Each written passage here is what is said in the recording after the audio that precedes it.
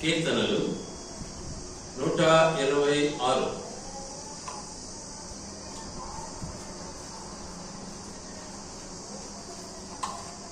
కీర్తనలు 126.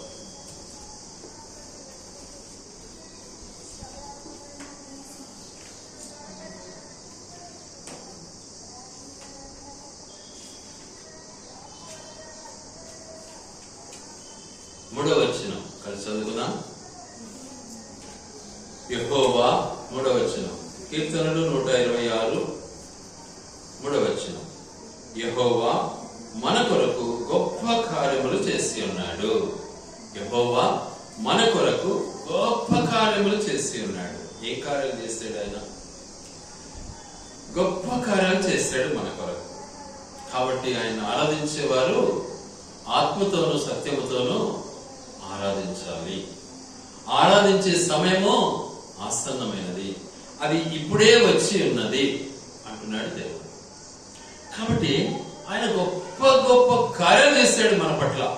ఏం చేశాడు? గొప్ప కార్యాలు. నంబర్ 1 బాగా జ్ఞాపకం పెట్టుకుందాం. దయచేసి అందరూ కూడా జాగ్రత్తగా వినాలి. ఆయన గొప్ప కార్యాలు చేశాడు మన పట్ల. ఏం చేశాడు ఆయన? ఏం గొప్ప కార్యాలు చేశాడు ఆయన? ఏం చేశాడు? 100 కీర్తన 100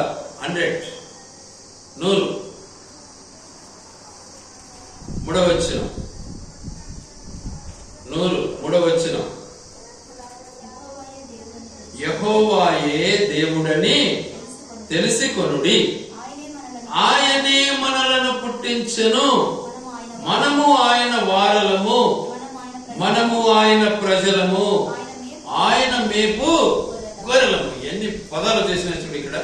నంబర్ 1 ఏంటిది? యెహోవా దేవుడని తెలుసుకోండి. ఆయన మన దేవుడు. ఆయన గొప్ప కార్యాలు చేశాడు. యెహోవా మన దేవుడు, మనకు గొప్ప కార్యాలు చేశాడు. ఏ కార్యాలు చేశాడు ఆయన? గొప్ప కార్యాలు, అద్భుతం. ఏమేం చేశాడు ఆయన? ఆయనే మనలను ఏం చేశాడు? పుట్టించాడు. ఎంత గొప్ప కార్యం! మన అమ్మ నాయన కాదు పుట్టించింది మనల్ని, ఆ దేవాది దేవుడే మనల్ని పుట్టించాడు లోకంలో. అది తెలుసుకోక మానవుడు విర్రవీగుతూ ఉన్నాడండి. అది తెలుసుకోకనే మానవుడు విర్రవీగుతూ ఉన్నాడు. ఆయన చేసిన గొప్ప కార్యం ఏంటంటే పుట్టించడమే పాపం అయిపోయింది. కాబట్టి ఆయన మనకేం చేశాడు? మొట్టమొదటిది మనల్ని పుట్టించాడండి. మనకు జన్మనిచ్చాడు ఆయన. కాబట్టి ఆయన మనం స్తుతించడం నేర్చుకోవాలి. ఆయన మనల్ని పుట్టించకపోతే ఈ లోకంలో మనం లేం కదా. ఈ లోకంలో మనుషులుగా మనం ఉన్నాము అంటే ఆయన పుట్టించాడు మనల్ని. ఇది మర్చిపోయి మానవుడు ఏం చేస్తాడు? నేను అనే స్వభావంతో తండ్రిని మర్చిపోతూ ఉన్నాడు. కానీ ఆయనే మనల్ని పుట్టించాడు. ఆ తర్వాత ఇంకేం చేశాడు ఆయన? మనము ఆయన వారమై ఉన్నాము. మనం ఎవరి వారము? దేవుని వారము, దేవుని వారసులము. మనం ఆయన బిడ్డలం. చూసారా? మనం ఆయన బిడ్డలం. మనం ఇది మర్చిపోయినాం. మనము ఏదో డబ్బుకు సంపాదించుకునే బిడ్డలం అనుకుంటున్నాం, ఏదో ఆస్తిని సంపాదించుకునే వాళ్ళం అనుకుంటున్నాం, ఏదో గొప్ప పేరు సంపాదించుకునే వాళ్ళం అనుకుంటున్నాం. ఇహలోకానుసారమైనటువంటి చీకటి జీవితానికి బానిసలమైపోయి మనము వాళ్ళ బిడ్డలం అనుకుంటున్నాం. దేవుని బిడ్డలం అనుకోవడం లేదు. దేవుని బిడ్డలం అనుకుంటే మన తండ్రి మాట మనం వింటాం. మనం నిజంగా మన తండ్రి వల్ల మనం పుట్టిన వారము అంటే మన తండ్రి కార్యాలను మనం చేయాలి అనే ఒక దృఢ నిశ్చయిత కలిగి ఉంటాం. మనం ఆ పనులు చేయడం లేదు. మనము ఏమైపోతున్నాము? బానిసలమైపోతున్నాము లోకానికి. లోక ఆశ్చర్యం మనకు భ్రమ అయిపోయింది. కాబట్టి దేవుడు నిజంగా ఆయన బిడలంగా మనల్ని పుట్టించి, ఆయన పిల్లలంగా మనల్ని పుట్టించి, ఆయన వారముగా, ఆయన వారసులంగా మనం ఉండాలని దేవుడు ఇష్టపడ్డాడు. ఎంత గొప్ప దేవుడు! ఎంత గొప్ప ఆలోచన దేవునిది! ఎంత గొప్ప నిజంగా మరి ప్రేమ దేవునిది! ఒకసారి ఆలోచించాలి. మనిషికి ఎంత గొప్ప ఆధిక్యత దేవుడు ఇచ్చాడు అంటే మనం ఆయన ఆరాధించకపోతే ఏం ప్రయోజనం? ఏం ప్రయోజనం? చాలా మంది మాటలతో కోటలు దాటిపోతూ ఉంటారు, కానీ దానివల్ల ఏం ప్రయోజనం? మనం నిజంగా నిజంగానే పుట్టామా లేదా అని సత్యమే తెలుసుకోక మానవుడు ఈరోజు విర్రవిగుతూ ఉన్నాడు. ఏం ప్రయోజనం? కానీ మన దేవుడు మనల్ని పుట్టించాడండి. ఆయన ఆరాధించాలి. మనము ఆయన వారము. మనము ఏం చేయాలి? ఆరాధించాలి. మనము ఆయన వారము, ఆయన పిల్లలము. అయితే ఏమైపోయినాము తెలుసా? ఆయన పిల్లలమే, బానే ఉంది. అయితే ఏమైపోయినాము? పరిస్థితి ఏంటి? ఎక్కడ మారింది అంటే లోబడని పిల్లలమైపోయినాం. చూద్దాం ఆ మాటను. యెషయా గ్రంథం 30:1.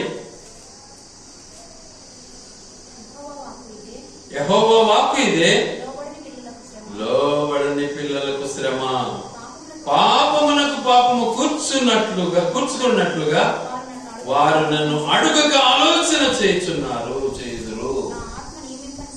నా ఆత్మ నియమింపని సంధి చేసుకుందురు. చూసారా ఎలాంటి పరిస్థితుల్లో మనం ఉన్నామో? లోబడని జీవితంలో మనం ఉన్నాం. అయినా కూడా దేవుడు మనల్ని జాలిపడి దయ కలిగి మనల్ని ఏం చేస్తున్నాడు? మనల్ని ఆయన ఎంతగానో ప్రేమించడానికి ఇష్టపడుతున్నాడు, ప్రేమిస్తూ ఉన్నాడు. ఆయన దయ జాలి గొప్పది. 103వ కీర్తన 13వ వచనం చదువుకుందాం. తండ్రి తన కుమారుల ఎడల జాలి పడినట్లు యెహోవా తన యందు భయభక్తులు గల వారి ఎడల, చూసారా ఎంత జాలి చూపిస్తున్నాడండి మన దేవుడు. అబ్బా, మనకేమైనా దయాదాక్షిణ్యాలు ఉన్నాయా? ఎంత కఠినలో మనమంతా, రాతి గుండె మనలో ఉందండి. అయినా కూడా మన దేవుడు మన కోసం తన ప్రియ కుమారుడైన యేసు క్రీస్తును ఈ లోకానికి పంపి మన కొరకు ఆయన వెల చెల్లించడానికి ఇష్టపడ్డాడే. మనము చేసిన తప్పు, మనము చేసిన అన్యాయం, మనం చేసిన మోసం, మనం చేసిన అబద్ధము, నిజంగా వాటన్నిటినీ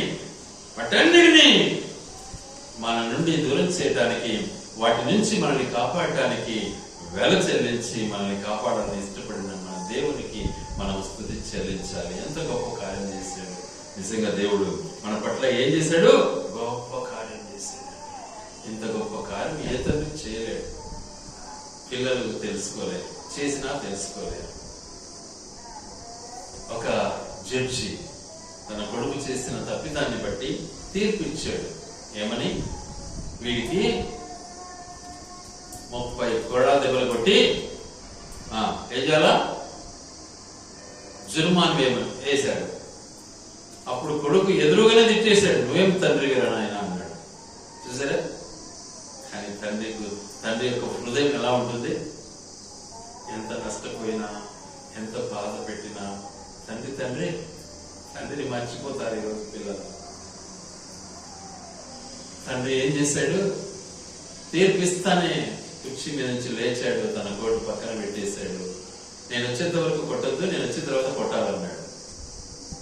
వెంటనే పోయాడు, బట్టలన్నీ ఇప్పేసి స్తంభానికి నన్ను కట్టేయండి ముందన్నాడు. ఆయన స్తంభానికి కట్టబడ్డాడు. కట్టి వాడికి కొట్టాల్సిన దెబ్బలు నన్ను కొట్టండి, వాడిని వదిలిపెట్టండి అన్నాడు. ఎంత దయగలిగినటువంటి దేవుడు, ఎంత దయగలిగినటువంటి తండ్రి మన తండ్రి. అదే కదా మన ప్రభు మన కొరకు చేశాడు. చేసిన పాపం, చేసిన అబద్ధం, మరి చేసిన తప్పుడు పనులన్నిటిని బట్టి యేసు ప్రభు మన తండ్రిగా మన కొరకు గాయపరచబడ్డాడు. ఆయన ఆరాధించక ఉండగలమా? ఆయన ఆరాధించుకుని నేర్చుకోవాలి. ఆయన ఆరాధించాలి. ఎంత జాలి కలిగినటువంటి మన దేవుడు అండి. అట్టి ఆ దేవుని మనము ఎలా విడిచిపెట్టగలము? అందుకే ఆయన అంటాడు, నిజంగా 13వ వచనంలో ఏమంటాడు?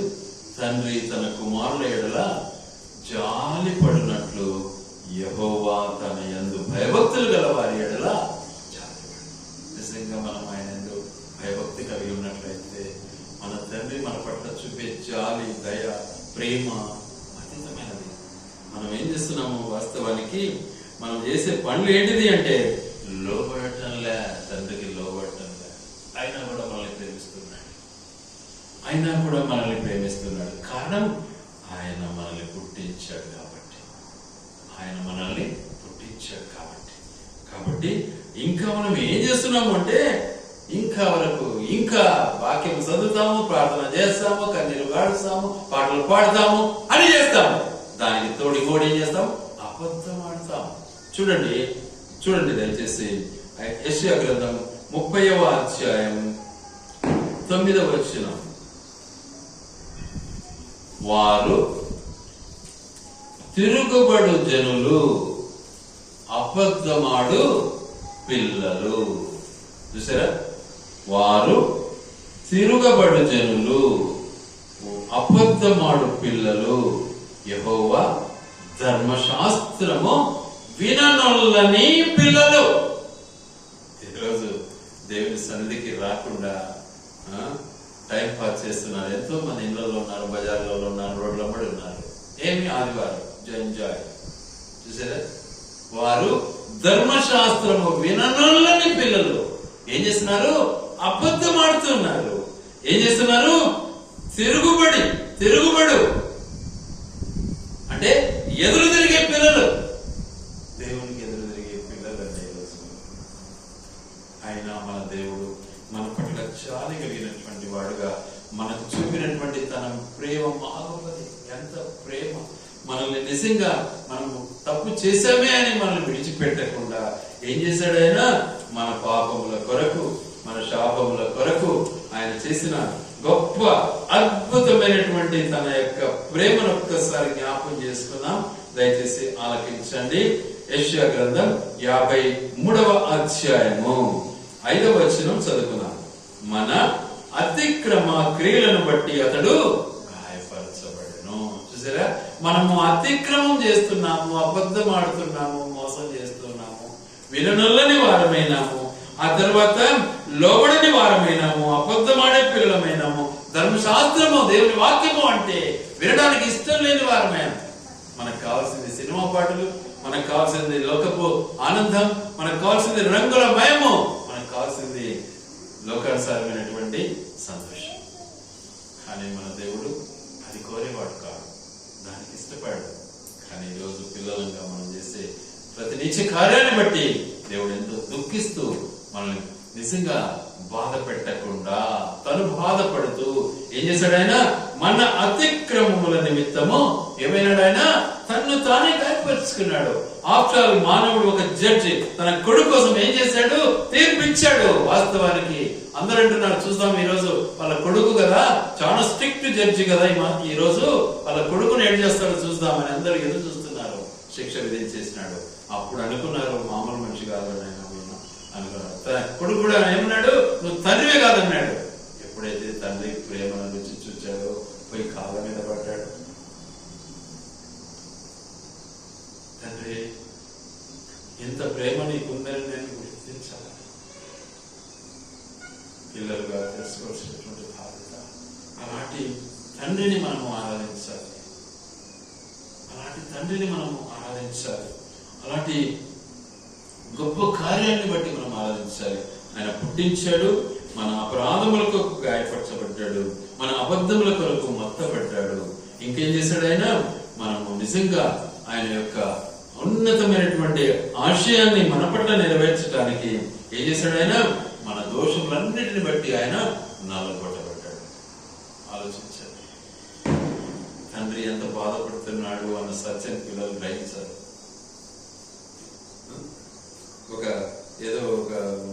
ఒకటి చూసినా నేను, ఏమంటారు దీన్ని, సెల్లో ఇద్దరు పిల్లలు ఉన్నారు.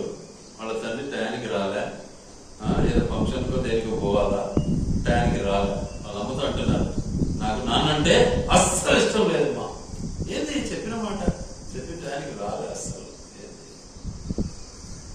అవునారా? నిజమే, మీ నాయన చెప్పిన టయానికి రాలే. నిజమేరా? ఈరోజు నువ్వు కూడు తింటున్నావు, ఈరోజు నువ్వు చదువుకుంటున్నావు, ఈరోజు పట్టగట్టావు, ఈరోజు తిరుగుతున్నావు, ఇంటి ఆర్భటాన్ని అనుభవిస్తున్నావు. ఎవడు రా ఇచ్చాడు నీకు అనింది వాళ్ళ తల్లి. అందరు తల్లిలు అనలేరట, చాలా మంది రేరు. తల్లి నేర్పించదు అట్లా. ఎందుకు? తల్లికి అర్థమవుతుందని. ఇట్లా కూడా ఉంది. తల్లి కనుక వెళ్ళిపోతుందని తల్లి గొప్పతనని చెప్పలేరు. ఆ తల్లి కూడా వాళ్ళ తండ్రి చేసిందే తింటా ఉంటది, కానీ తల్లి చెప్పలేదు.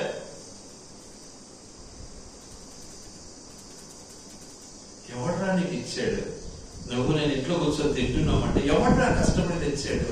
నీకు 10 జతలు బట్టలు కుట్టించాడు రా. మీ నాయన 2 జతలతో జీవితాన్ని గడుపుతున్నాడు. మీ నాయన చెమట కాడుతున్నాడు, నువ్వు ఏసీలో కూర్చున్నావు కదరా. ఎవడ్రా ఇచ్చాడు నీకు అని వాళ్ళమ్మ. అప్పుడు కళ్ళు వేసుకున్నా. వెంటనే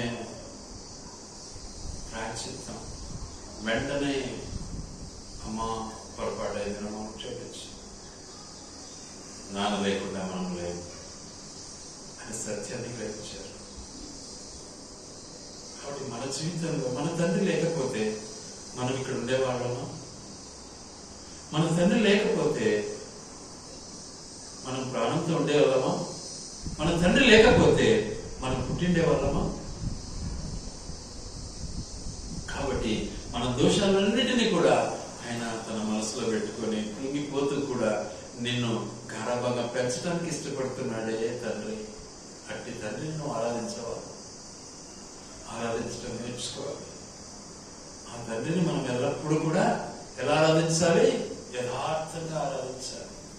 ఇక ఆ తండ్రి దగ్గర అబద్ధము, మోసము, నీచమైన ఆలోచన ఉండకూడదు. ఆ తండ్రిని మనం యథార్థంగా ఆరాధించేది నేర్చుకోవాలి. ఎందుకంటే ఆయన అంటున్నాడు, తండ్రి తన కుమారుల ఎడల, తన పిల్లల ఎడల ఏం చేస్తున్నాడు? జాలి పడుతున్నాడు. ఎంత జాలి అంటే అది వర్ణించలేదు. తనకు తానే తన సమాధానార్థమైన శిక్ష అతని మీద మోపుకుంటున్నాడు. ఎంత భారమైనా సరే తన బిడల కొరకు ప్రయాసపడుతూ ఉన్నాడు. అంటే తండ్రిని నువ్వు మర్చిపోతే ఎలా? ఒకసారి ఆలోచించుకో. ఈరోజు పిల్లల తల్లిదండ్రులు మర్చిపోయి యవ్వనం కండలను చూసుకొని ఆనందపడుతూ జీవితాన్ని గడపాలని ఇష్టపడుతున్నారు ఈరోజు పిల్లలు. చూడు, దేవుడు అదే బాధపడుతున్నాడు. నా బిడ్డలు ఏం చేస్తున్నారు? విననొల్లని వారు అయిపోయినారు, లోబడని పిల్లలు అయిపోయినారు, అబద్ధాలు ఆడుతున్నారు, ధర్మశాస్త్రాన్ని వినకుండా ఉన్నారు, నా మాటలు వినటం లేదు. ఏమైపోయినారు? మరి భ్రష్టులైపోయినారు అంటాడు. చూడండి దయచేసి ఇర్మియా గ్రంథము 3వ అధ్యాయము 14వ వచనం.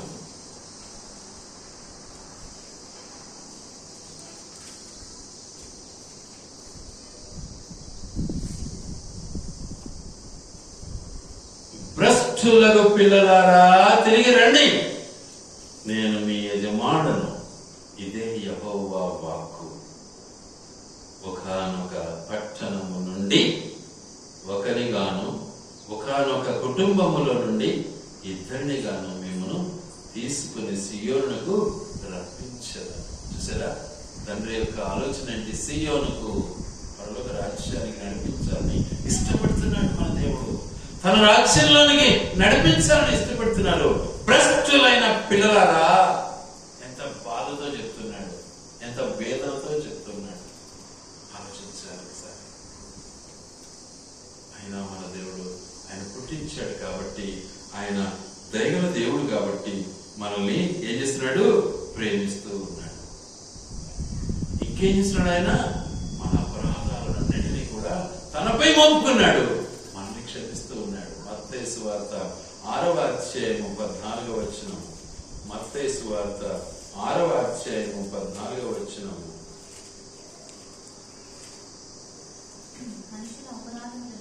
మనుష్యుల అపరాధముల నిమిత్తము మీరు క్షమించిన ఎడల మీ పరలోకపు తండ్రియు మీ అపరాధములను క్షమిస్తున్నాడు. చూసారా, మన అపరాధాలను క్షమించడానికి వచ్చాడు మన తండ్రి. ఇక నేను క్షమాపణ పొంది ఆయన స్తుతిస్తాం, ఆరాధిస్తాం. ఆయన నిజంగా మనం క్షమించే దేవుడు అండి. అంటే ఆ దేవుడిని మనం మర్చిపోతే ఎలా? ఆయన ఆరాధించడం నేర్చుకున్నాం. ఆయన మనల్ని క్షమించేవాడుగా ఉన్నాడు. ఎంత గొప్ప కార్యాలు చేస్తున్నాడు చూడండి. ఆయన మనల్ని క్షమించేవాడుగా ఉన్నాడు. మన అపరాధముల నుంచి మనల్ని కాపాడేవాడుగా ఉన్నాడు. మన ప్రార్థనలు ఆలకించేవాడుగా ఉన్నాడు. 18వ వచనం.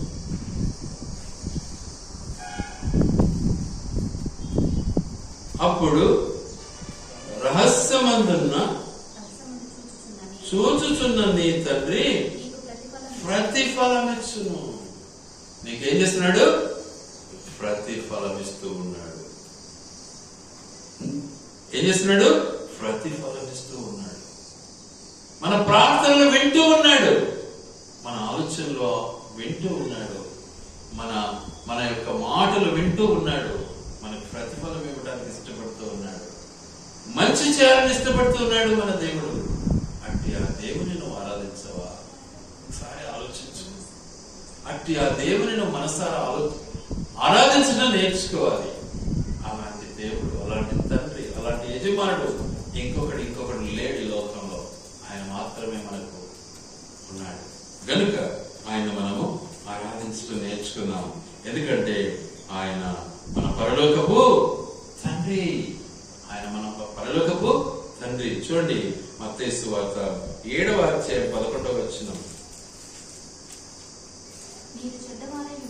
మీరు చెడ్డవారయ్యుండి మీ పిల్లలకు మంచి ఈవులనియ్యనెరిగి ఉండగా పరలోకమందున్న మీ తండ్రి తన్ను అడుగు వారికే అంతకంటే ఎంతో నిశ్చయముగా మంచి ఈవులనిచ్చును. శ్రేష్టమైనటువంటి ఈవులను ఇవ్వడానికి ఇష్టపడుతున్నాడు. చూసారా? మంచి ఈవులు, మంచి గొప్ప ధరణిది నీకు ఇవ్వాలని ఇష్టపడుతున్నాడు. మంచి పదార్థం ఇవ్వాలని ఇష్టపడుతున్నాడు. మంచి ఆశీర్వాదం ఇవ్వాలని ఇష్టపడుతున్నాడు. అట్టి ఆ దేవుని మనము వదులుదామా, ఆరాధిస్తామా? ఆలోచించాలి. ఈరోజు బజార్లో కూడా ఎంతో మంది ఉన్నారు కొల్లలుగా, మందిరాలకు రాలేదు. కొందరైతే మందిరాలు అన్ని తిరుగుతా అంటారు. అన్ని మందిరాలు, నాకు ఈ మందిరం తెలుసు, నాకు ఆ మందిరం తెలుసు, నాకు ఇంకొక మందిరం తెలుసు, నాకు ఈ మందిరం తెలుసు, నాకు ఆ పాస్టర్ తెలుసు, నాకు ఈ పాస్టర్ తెలుసు. ఏంటివి తెలిసే? ఎందుకు? పాపం పెంచుకోవడానికే. గ్రహింపు లేదా మనకు? ఆలోచించాలి. కాబట్టి దేవుని యొక్క ఉద్దేశము, దేవుని యొక్క చిత్తము మన పట్ల నెరవేర్చడానికి ఆయన ఇష్టపడినటువంటి వాడుగా ఏం చేస్తున్నాడు? ఆయన ప్రతి ఈవియు, ప్రతి ఆశీర్వాదము శ్రేష్టమైనదిగా మనకి ఇవ్వాలని దేవుడు ఇష్టపడుతూ ఉన్నాడు. చూడండి దయచేసి యాకోబు పత్రిక 1వ అధ్యాయం 17వ వచనం. శ్రేష్టమైన ప్రతి ఈవియు, సంపూర్ణమైన ప్రతి వరమును పరసంబంధమైన జ్యోతిర్మయుడకు తండ్రి యొద్ద నుండి వచ్చును. ఆయన యందు ఏ చంచలత్వమైనను గమనముల వలన కలుగు ఏ ఛాయ అయినను లేదు, మార్పు లేదు, మాట తప్పేది లేదు. ఆయన నిన్ను ఆశీర్వదించాలని ఇష్టపడుతున్నాడు. ఆ జ్యోతిర్మయుడు, వెలుగుతున్నటువంటి దేవుడు, ఎల్లప్పుడూ వెలుగైనటువంటి దేవుడు. నేను లోకమునకు వెలుగునై ఉన్నాను అంటాడు. కాబట్టి నిన్ను కూడా వెలిగించాలని ఇష్టపడుతున్నటువంటి దేవుడు ప్రతి ఈవి, ప్రతి ఆశీర్వాదం నీకు ఇవ్వాలని ఇష్టపడుతున్నాడు. ఆయన పొందుతున్నావా? అది నీ యొక్క విశ్వాస పరిమాణం మేరకు నీకు లభిస్తుంది. జాగ్రత్త. కాబట్టి విశ్వాసాన్ని కాపాడుకో, ఇచ్చిన రక్షణను కాపాడుకో, ఆశీర్వాదం పొందు. అట్టి ఆ దేవుని మనము స్తుతించక, ఆరాధించక ఎలా ఉన్నాం? అట్టి ఆ దేవుని ఇన్ని గొప్ప కార్యాలు చేశాడే. లోబడకపోయినా ప్రేమిస్తున్నాడు, అబద్ధం ఆడినా ప్రేమిస్తున్నాడు, ధర్మశాస్త్రం వినకపోయినా ప్రేమిస్తున్నాడు, భ్రష్టులమైనా మనల్ని ప్రేమిస్తూ ఉన్నాడు. మనల్ని పుట్టించాడు గనక ఆయన గొప్ప కార్యాలు మన పట్ల చేస్తూ ఉన్నాడు. తన జాలిని మనకు చూపిస్తూ ఉన్నాడు. మనం పరలోకమందు ఆయనతో కూడా ఉండాలని మన అపరాధములను క్షమిస్తూ ఉన్నాడు. నిజంగా ఆయనకు ఎల్లప్పుడూ కూడా మనము నిజంగా సన్నిహితంగా ఉండాలని ఆయన మన ప్రార్థనలు విని మనల్ని ఆకర్షిస్తూ ఉన్నాడు. అట్టి ఆ దేవుని మనం ఆరాధించగల ఉన్నాం. ఒకసారి ఆలోచించాలి. కాబట్టి ఆయన మనం ఆరాధిస్తాం, ఆయన స్తుతిస్తాం, ఆయన మనం పూజిస్తాం, కనపరుచుకుందాం. ఇంతవరకు చాలండి. ఇవన్నీ కొంత జ్ఞాపకం పెట్టుకొని దేవుని ఆరాధించడం నేర్చుకుందాం. దేవుని మాటలు ఆయన వెనుకడిలో దీవించి ఆశీర్వదించును గాక.